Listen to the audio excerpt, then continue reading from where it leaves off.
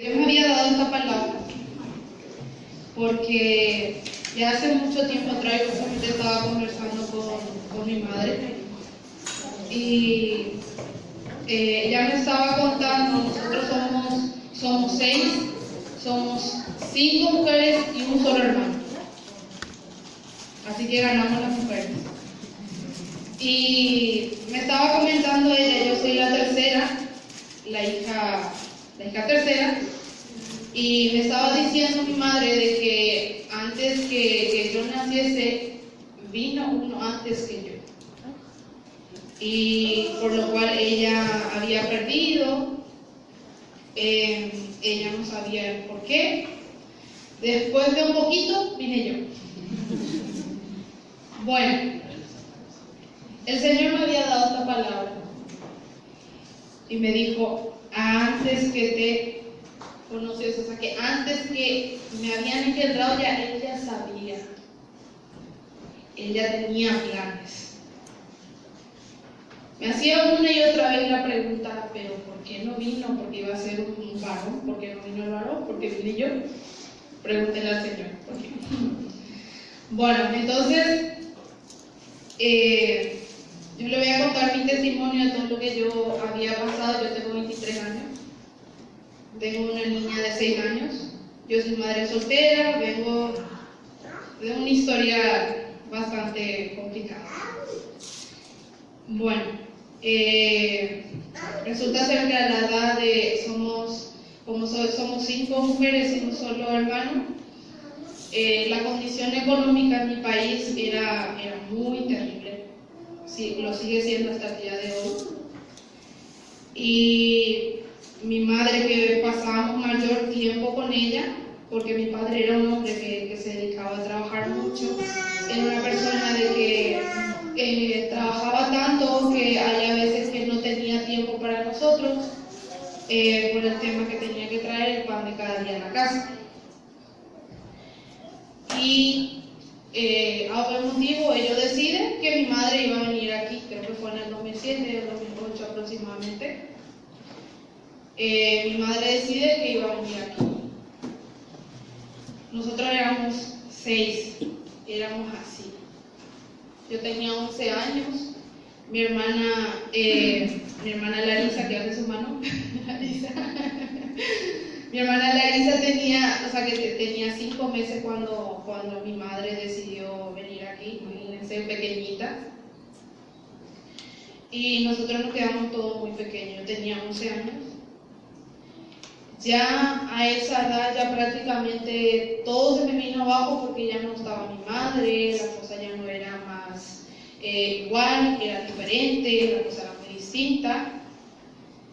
Y pasamos muy mal, porque mi padre no estaba. Luego mi padre a los 3 meses, él decidió también venir aquí.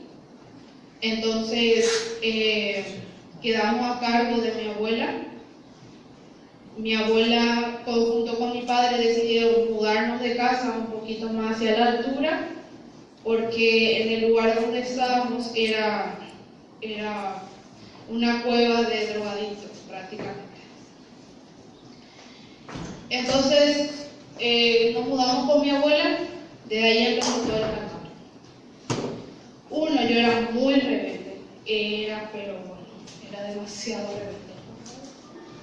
Yo no sabía lo que era que me digan que no. ¿Para qué? Que me digan a mí que no es como si fuera que me digan a mí un sí. Aleluya. Era tan rebelde. A la edad de 11 años yo ya fumaba. Primero empecé probando las colillas que encontraba en los suelos, en los pisos. Después ya me gustó. Empecé a fumar a la edad de 11 años.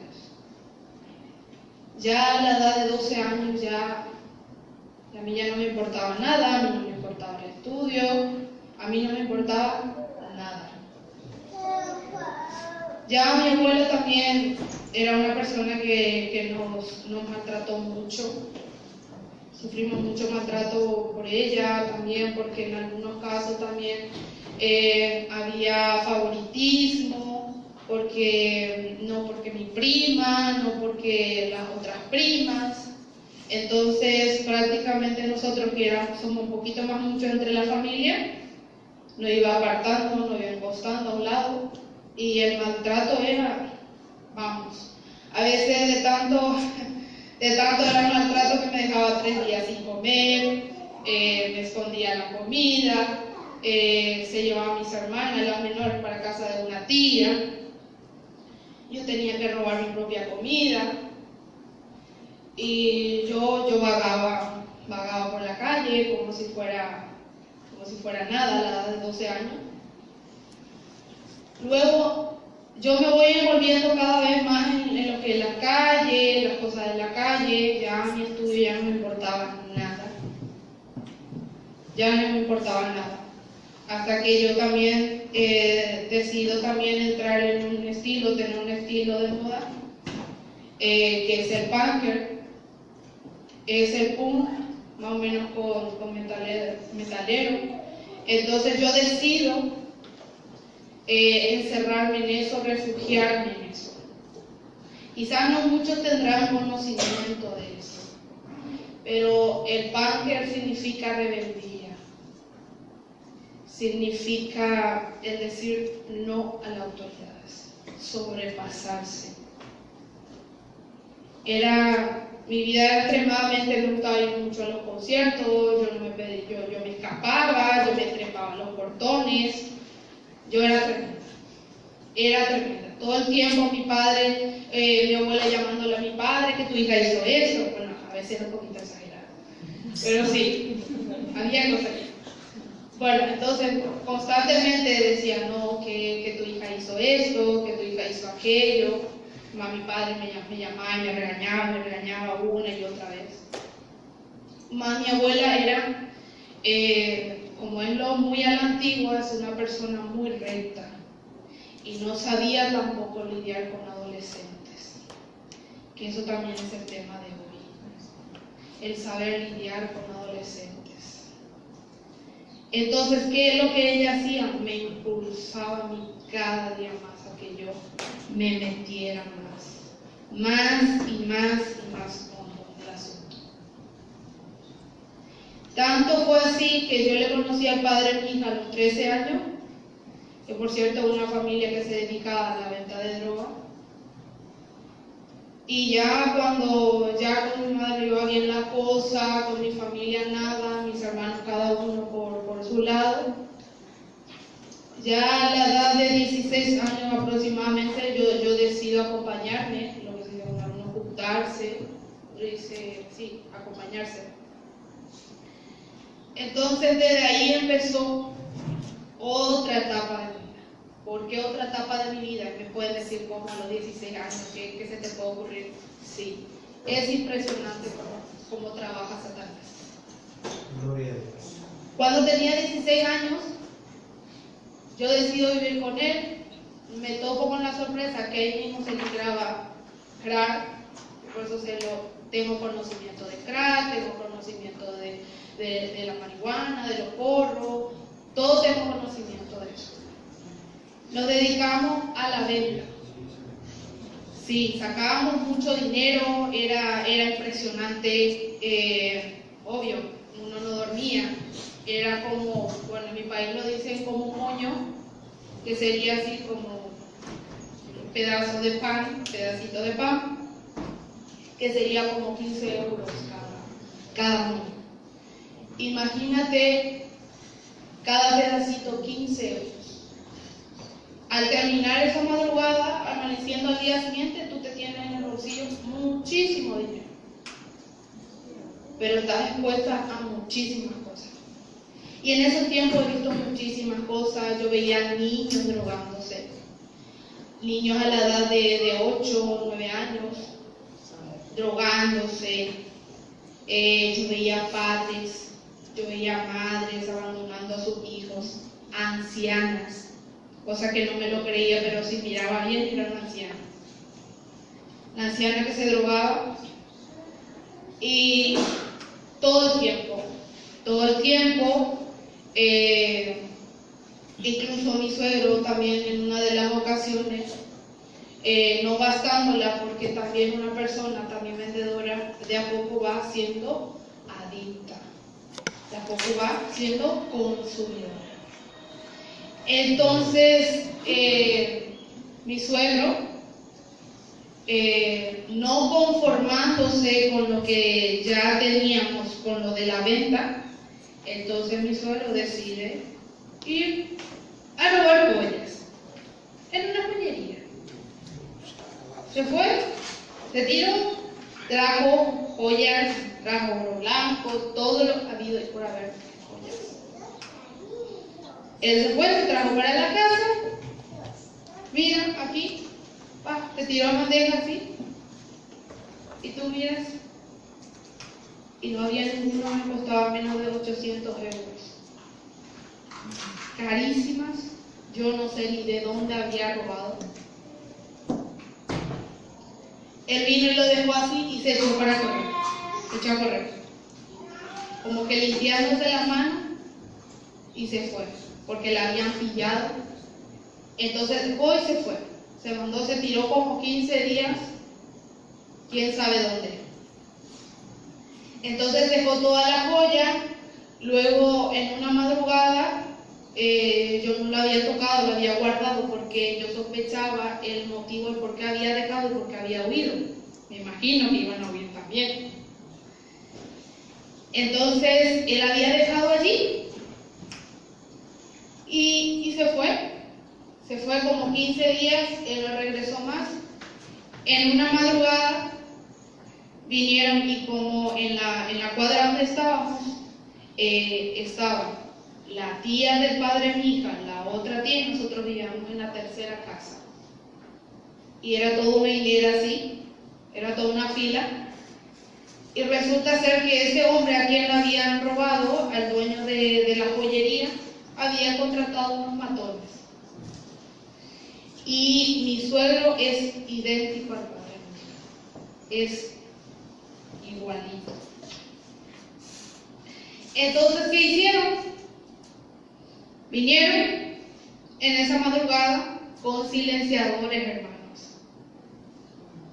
Entraron en la casa, la que estaba en el medio, y empezaron a bombardear todo lo que encontraron. Y no nos hallando a nosotros, se echaron a correr. Luego al día siguiente una tía vinieron, la tía la que estaba, la que vivía ahí, vino a contarnos. Yo a veces pienso una cosa: si no fuera el amor tan grande que Dios tuvo, que tiene por ti y por mí, yo hoy no estuviera contando esto. Imagínate si venían y no se equivocaban aquella madrugada de casa. Yo hoy no estaría contando la historia. Ya cuando nosotros nos enteramos de esto, nosotros nos mandamos a fugar. Cada quien por su lado, yo no te conozco. Luego pasó 15 días, regresamos y encontramos la casa hecha a pedazos. Entonces Dios ya tenía un plan y un propósito en aquel entonces. Amén. Yo a veces no asimilaba las cosas. Había incluso las armas blancas. A mí me rozaban con las armas. Era impresionante. Yo veía cómo se mataban por la droga. Yo veía cómo se rompían la cabeza, que otro le cortó el brazo, que es muy crudo. Bueno, pero yo veía muchísimas cosas. Veía que se peleaban por una droga, que si no tenían dinero salían y robaban. Hasta incluso, hermano, era tanta la cuestión que tú te vas y extiendes tu ropa al extendedero y después giras y ya no te encuentras la ropa que está dentro. Es que era increíble, era así. Todo por la droga, todo por la droga. Y luego tú ya te encuentras y ellos te vienen con bolsa. Aquí tienes. Tú te encuentras con ropa nuevita, mojada por cierto, porque se acabó de lavar, bien extendida. Y y te hacen cambio, hacían trueques, robaban televisores, para ellos no había, era impresionante cómo se movían toda esa madrugada. Imagínense que un moño, una pizca así, duraba 15 minutos del efecto. ¿Y qué sería para una persona adicta? Cuando ya termina el efecto, ellos se van, roban, vuelven a consumir. Se van, roban, vuelven a consumir. Los dedos todos quemados, porque se pasan encendiendo con el mechero, todo el tiempo quemado, alucinando.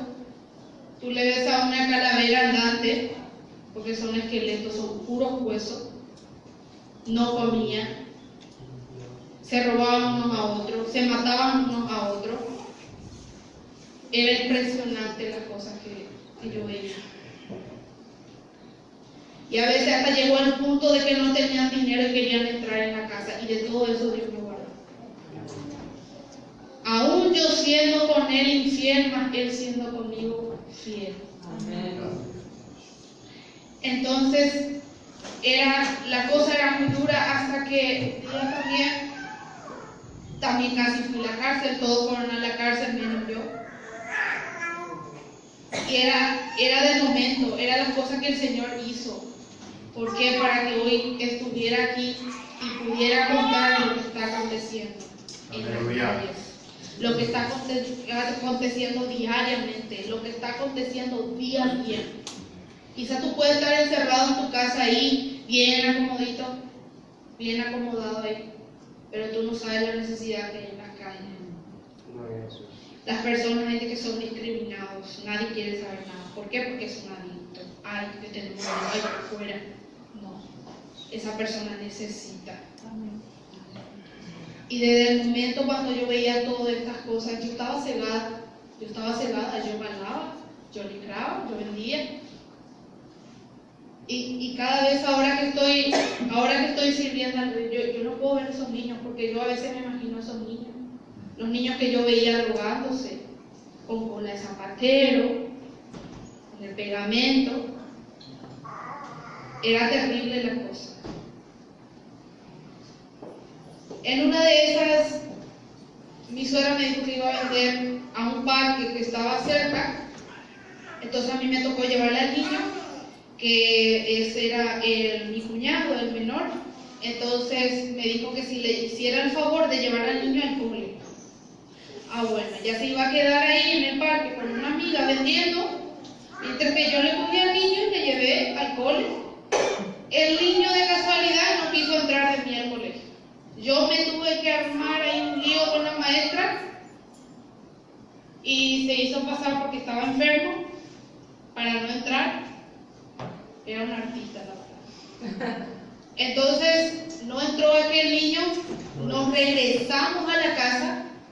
Y al regresarnos a la casa, yo le dije, me volví a topar con mi suegra y le dije, no quiso entrar. Bueno, que se vaya y se encierre en la casa entonces.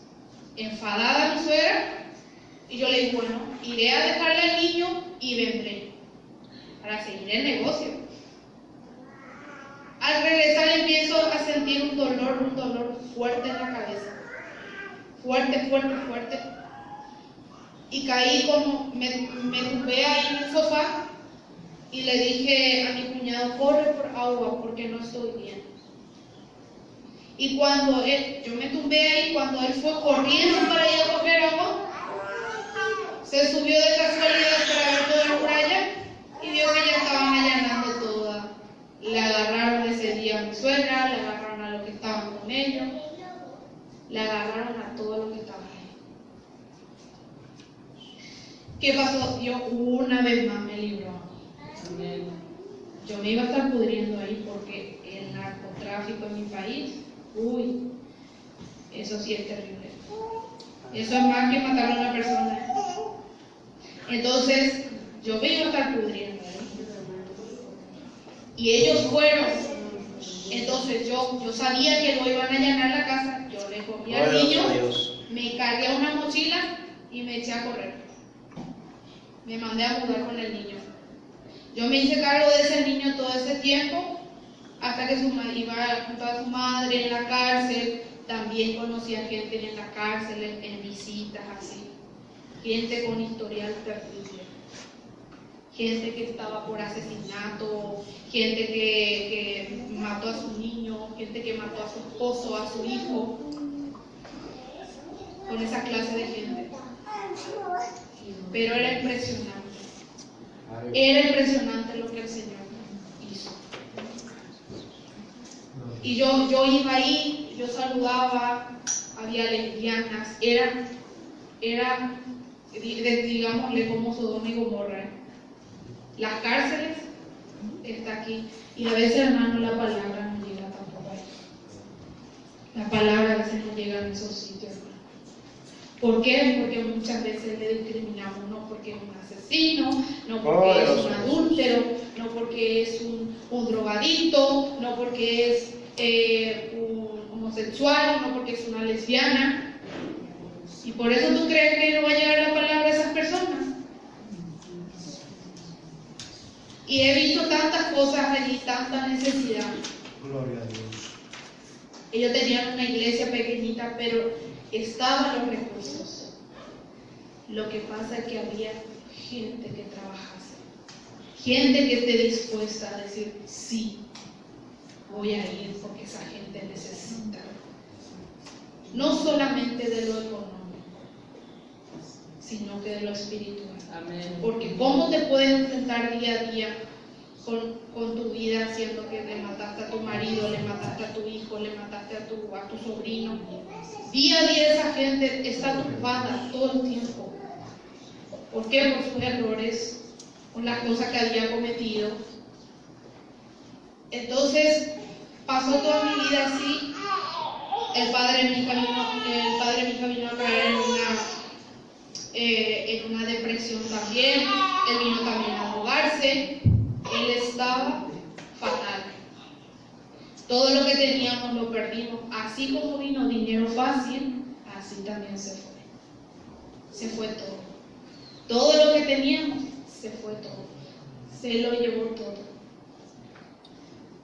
Entonces, en ese interín también, yo me enteré que estaba embarazada, ya pasando un tiempito.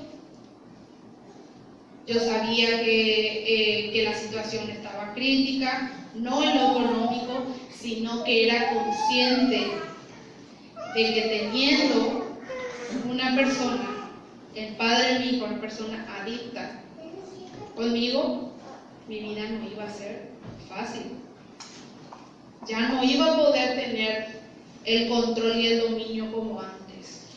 ¿Por qué? Porque ahí ya iba a estar una persona inocente, que era un niño, una niña.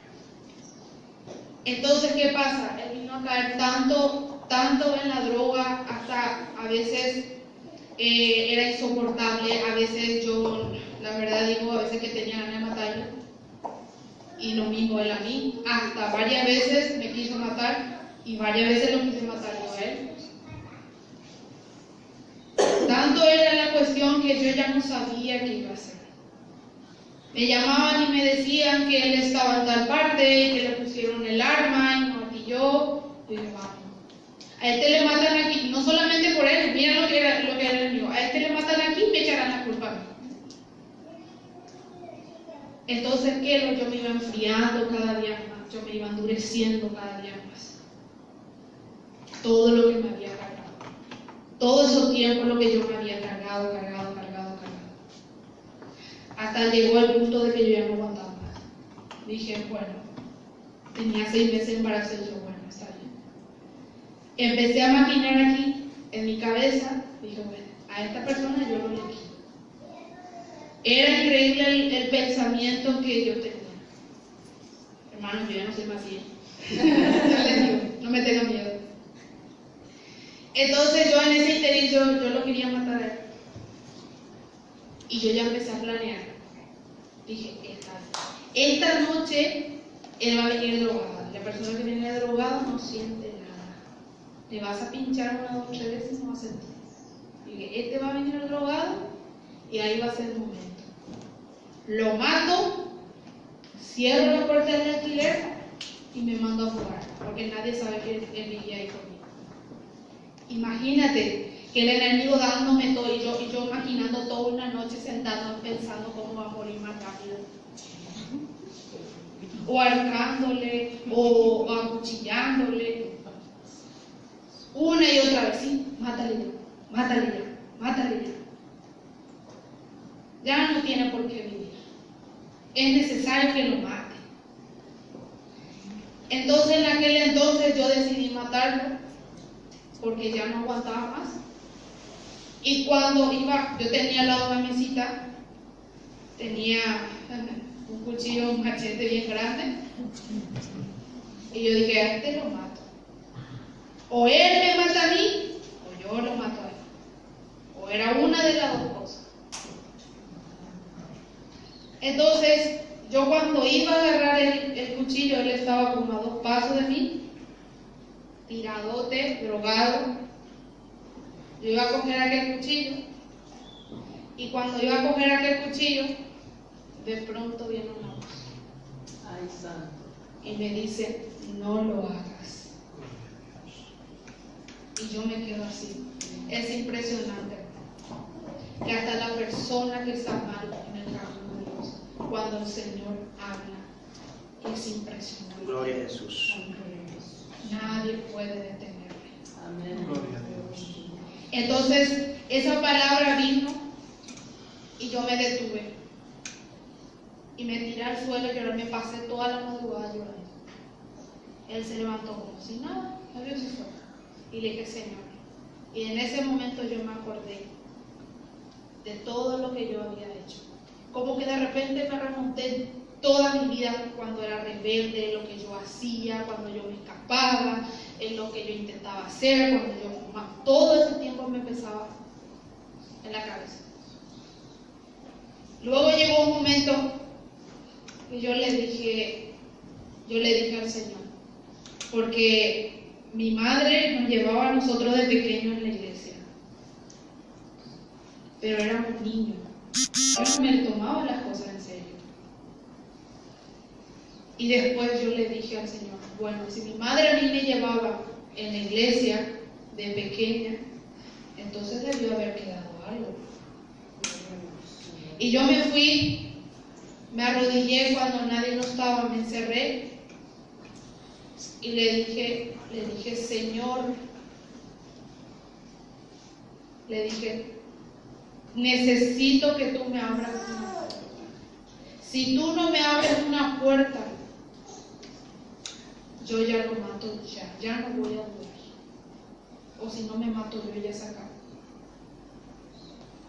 Y cuando me levanté, me lavé la cara y me fui para lo de mi padre.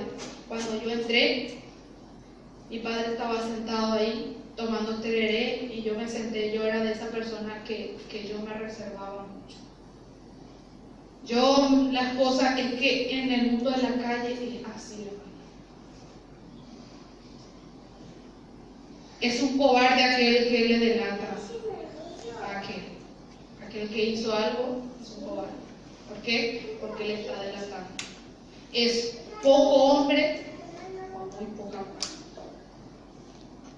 Entonces yo era de que me reservaba mucho las cosas, yo me guardaba. Yo a mi padre no veía cargarle, mi padre sufría problemas del corazón y yo cargándole con esto, pues yo me bancaba mi propio problema. Que no, yo me voy a bancar esto. Entonces yo fui, me senté y me dice mi padre, de la nada, me dice mi padre, hija, en todo lo que tú te decidas, yo te voy a apoyar. Ahí en ese momento se me hizo acordarme la palabra que yo le había dicho al Señor. En ese momento terrible en que yo estaba. Y en ese momento me vino ese pensamiento, ¿te acuerdas que tú me habías dicho eso? Y yo le miré, le volteé a mirar y le dije, sí, solamente fue eso, le dije a mi padre. Sí. Y me levanté del Señor y me fui. Y empecé a llamarle una y otra vez al padre de él, una y otra vez para que viniese a buscar. A él le buscaban, a él lo querían matar. Yo sabía que yo corría riesgo estando ahí. Yo sabía que yo no iba a pasar. Si ya varias veces Dios me salvó y dije, no, yo ya no me puedo arriesgar. Entonces logré que lo vinieran a buscar, que lo llevaran lejos,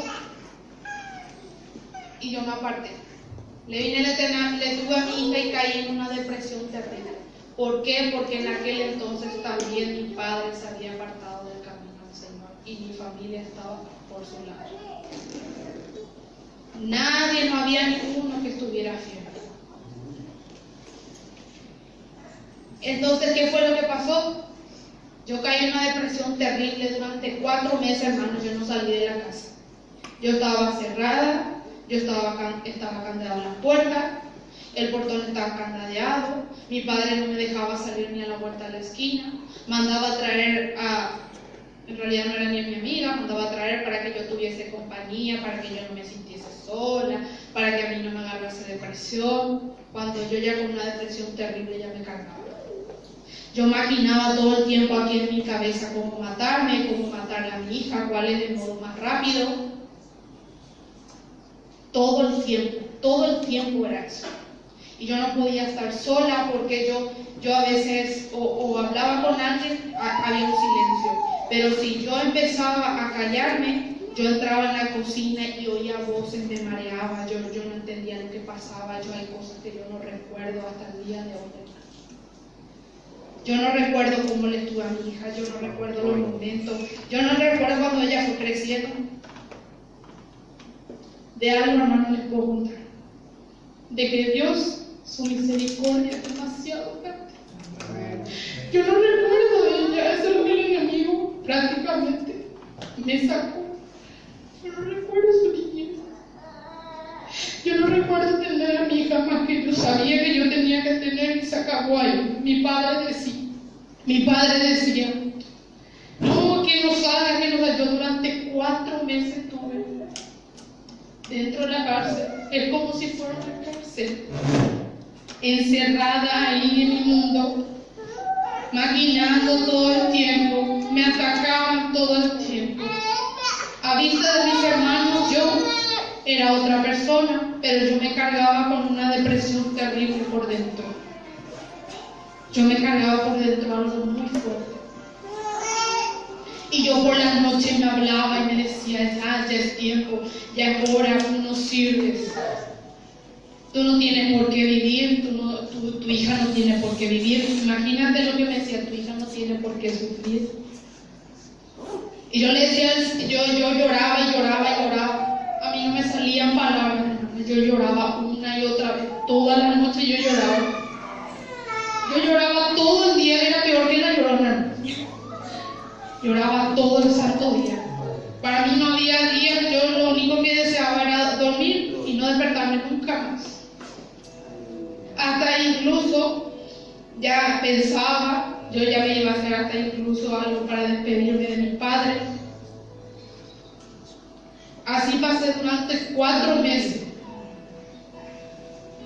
no sabiendo qué hacer, queriéndome matarme y por un lado no lo haga. Esa era mi lucha todos los días. La gente lo toma como una depresión, y una pastillita tomate y ya se acabó. Es mentira. Depresión es terrible, hermano. Es terrible. Porque tú no tienes dominio de tu propia mente. El enemigo te tiene atadas. Y tú no sabes qué hacer. Y peor, hermano, cuando no tienes a alguien que esté firme espiritualmente a tu lado. Más que el enemigo que a veces aprovecha. A mí me refregaban la cara una y otra vez mi vida. Me venían humillados. Es por tu culpa. Es por esto. Es por aquello. Mi hija enferma en brazos. Yo decía, ¿para qué si va a estar enferma mi hija? Yo también enferma. Yo no sabía qué hacer. Yo del hospital, yo a veces yo miro de lejos los hospitales porque es en serio. Yo no sabía qué hacer, mi hija enferma todo el tiempo, una y otra vez. Los remedios más caros se le compraban, ni aún así, hermano. Yo le decía a mi hija, se me va a morir, aunque yo amor no tenía. Yo no tenía amor por ella. Yo decía, mi hija se me muere, se me va a morir. Entonces yo quería matarla antes de eso. Voy a matarla bien, lo me mato yo. Y en una ocasión, cuando mi padre decide salir y le da permiso a mi hermana para que vaya en casa de una vecina, cosa que es muy raro porque como nosotras somos todas mujeres y como en mi país ocurre tantas cosas, tantas barbaridades. Entonces mi padre siempre fue esa persona que no nos dejaba ir a la casa de los vecinos, a la casa de la vecina. No le gustaba que andásemos en la calle, mi padre era así. Entonces, ¿qué pasó aquel entonces? Me dijo mi padre, cosa que me extrañó. Yo le he dado permiso a tus hermanos. Vete a buscarle. Yo no salía de la casa hace 4 meses yo no salía de la casa. Y yo estaba con miedo. Estaba con un pie no salgo de la casa. Y él me decía, vete a traer a tus hermanos. Ya terminó el momento de jugar, ya se acabó, vete a traer. Yo no quería salir. Y yo ese día yo ya pensaba ya matar. Yo ese día yo me iba a matar, iba a matar a mi hija, ya estaba todo solucionado, nadie estaba en la casa, iba a ser el momento justo, a esta hora. Todo ya estaba calculado, según el enemigo. Mas yo tomé valentía, le agarré a mi hija, no sé cómo, con tanta fuerza, y yo fui para la casa de esta mujer que se había mudado recién. Y yo me paré y le llamé de lejos, detrás de un quinchado, detrás de un portón. Yo le llamé así a mi hermana, ven. Y ya papá le llama. Y mis hermanas, no quieren jugar, ven. Y de pronto sale una mujer, que era la madre de la niña con quien jugaba, y me dice ella, pasa. Y el enemigo me ponía una edad y la cara de amargada que tiene esa mujer. Ay, esta mujer, no pases, no entres a su casa. No entres a su casa. Y yo le dije, no, desde aquí no pasa. Me dice, me volvió a insistir, pasa, ven, pasa. Yo le dije, no, de aquí no. Y me volvió a insistir. Y resulta ser, hermano, cuando yo me fui, entré, me senté, resulta ser, hermano, que era una sierva de Dios. Aleluya. Si aquel día yo no sentía ese empujón y yo me iba a ir, si aquel día el Espíritu Santo no me hablaba, no me decía para que entrase, yo no estaría contando esto hoy. Porque el Señor tiene planes. Muchas veces sentimos que ya no tenemos esperanza, que el mundo se nos viene encima, con los problemas, con las dificultades. Dios hizo cosas grandes conmigo. Me sacó, pero de lo más profundo, mi vida era desastre. Era desastre mi vida. Y aquel día cuando yo fui, yo me arrepentí. Gloria a Dios. Y me dijo ella, tú te querías matar a tu hija. Yo le dije, sí. Para mí ya no había esperanza. Y ella me dijo, por Jesucristo vino a tu encuentro, hermano. Aleluya. Jesucristo vino a mi encuentro. Si no estaba en sus planes, quizás yo ya estaría muerta cuando entraron a balear, quizás yo ya estaría muerta cuando me pusieron un cuchillo en la garganta, quizás estaría muerta cuando me quisieron rasguñar como un cierre varias veces. Cuando me dieron así, cuando me metí en una pelea para poder rescatar a mi suegra, que el propio marido le estaba por matar ahí, mas el Señor estaba conmigo. A pesar de mi desobediencia, a pesar de mi rebelión, el Señor estaba conmigo. Gloria a Dios. Y su propósito es demasiado grande, hermano. Quizás algunos dicen, ¿por qué yo estoy aquí? Algunos no saben el por qué están aquí, mas yo le vengo a decir hoy, yo sé lo que el Señor me mandó para el día de hoy a decir eso. Porque yo ya llegué a contar, pero Él me dijo este día, hay gente que dice, no sé por qué yo estoy aquí. Mas el Señor te dice hoy de que Él tiene planes y que vos estás en su propósito. Vos estás en su propósito. Desde aquel entonces yo me arrepentí. Y le dije al Señor, Señor, sácame de esto. Sácame porque yo ya no aguanto esto. 6 meses, hermano, duró mi liberación. Extenso. Era extensa mi liberación. Porque estaba tan hondo en la depresión, hermano. Estaba muy metida en la depresión. Yo no controlaba mi mente. Y a mí me tenían de loca.